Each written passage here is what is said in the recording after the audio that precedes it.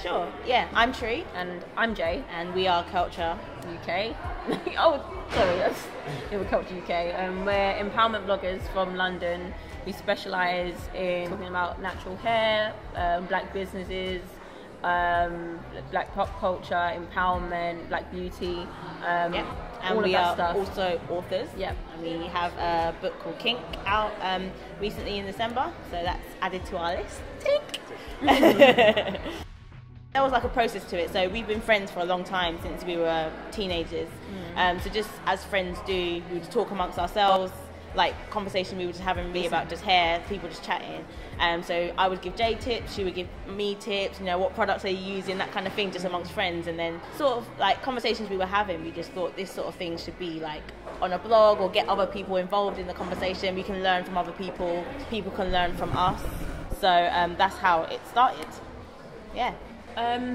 Well, around that time where we were sharing information between ourselves, we were paying quite a lot of attention to the American natural hair scene, which is very prevalent on the internet and stuff. And the fact that everything that we searched up was American made us think, well, we need to do something for the UK, because there's stuff here in the UK, but it's very underground. To really dig deep. To like, at first anyway, like at that time, to find stuff in the UK, like when you would look, it would be like a lot of bloggers in America, American products and everything like that. Was American. So we were like, what's happening here in the UK? Like, we need access to stuff as well.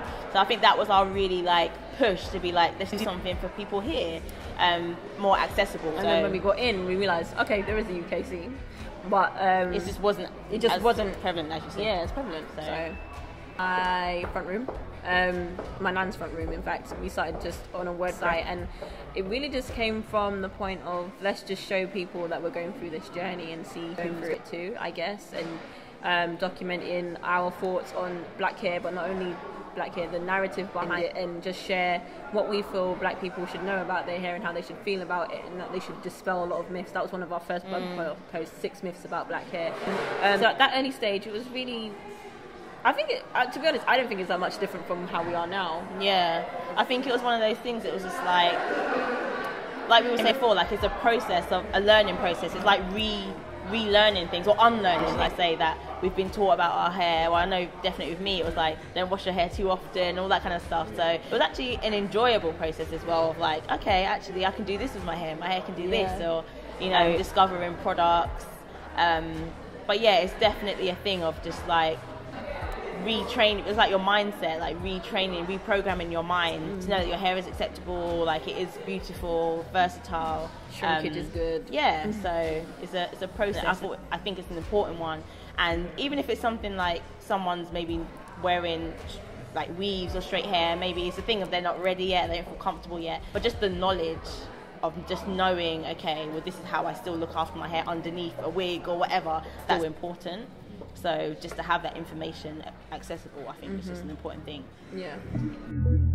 I think it took a while to think of it as a business. Definitely. Like, it would be different if we set it up from the start like that, like, this is our aim, this is what we're going to do, like, but I never even thought it would get to where we are now, especially so quickly as well. So we've had to like move with the times. You know what I'm saying? So at first it's like, it's just a blog, like, and then as things have progressed, it's definitely now we have to think of it as, okay, this is a business. Yeah, exactly. And so it's we then have to think of things, how we sort of approach things and people, and because it's a business, do you know what I mean? Exactly. Like, so, but at the same time, the business and the brand is kind of us as people. So as long as we stay true to our mindset and our opinions, that's our brand. Some companies might not want to work with us because we keep very big focus on black women and the black community, but other companies and platforms do want to work with us because of that focus.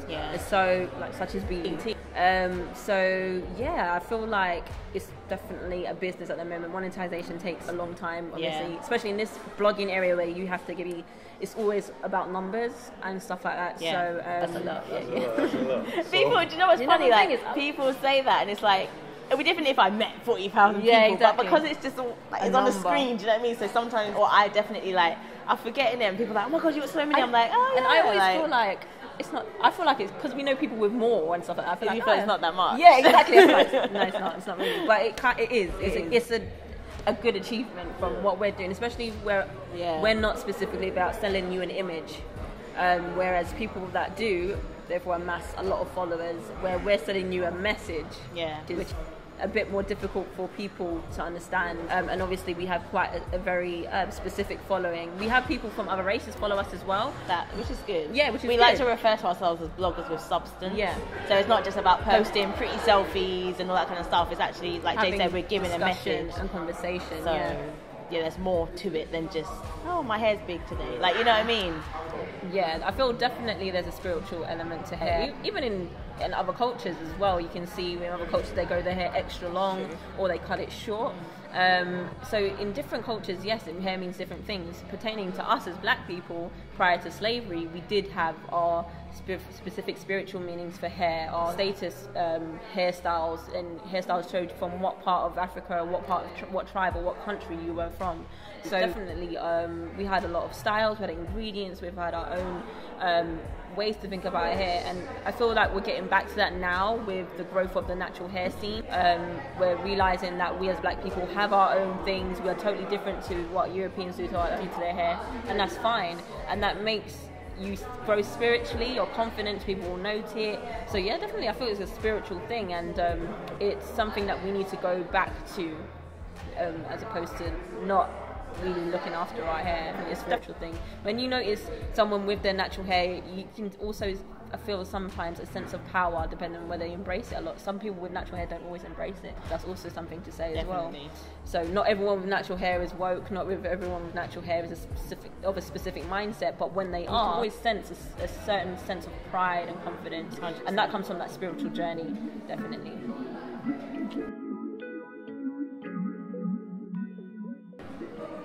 First? My message would just be, at the end of the day, it's an extension of you. It's about owning it. It's about your mindset, just knowing your own beauty, your sort of self-worth and all that kind of stuff. And enjoy it as well. I know people think that it's, you can't manage it on my head, I can't grow and all that kind of stuff. And taking, like, you're investing in yourself is how I see it. It's just like the same way people want to go to the gym and look good and eat healthy, like looking after your hair is an investment in yourself. So that's definitely my sort of thing to put out there, just to get people to really think about that. Everything that basically Tree said. On top of that, I would also just point out that obviously now we live in a society where people have a very different perception of our hair. We have a lot of negative connotations with black hair, but I feel like we have to sometimes think about, okay, but before slavery, was there anything wrong with our hair? No. It was fine. We had our own styles, our own techniques, our own ingredients, and we need to get back to that. Which is why you see the natural hair scene flourishing a lot. I was going to say, it's happening. But you've got to really shed the mindset that slavery and living in a westernized society is put onto us to make us feel that straight hair, long hair is necessary to be beautiful and to be happy. You don't need either. You don't even need hair a lot of time. But you can at the end of all that, you just don't need hair. When you get to a certain point, you'll realize that sometimes certain things are just for aesthetic purposes. But when it comes to your hair and your texture, there's no reason why you should feel bad about whatever hair you have on your head. We've got a lot of unlearning to do, and I would say it takes time.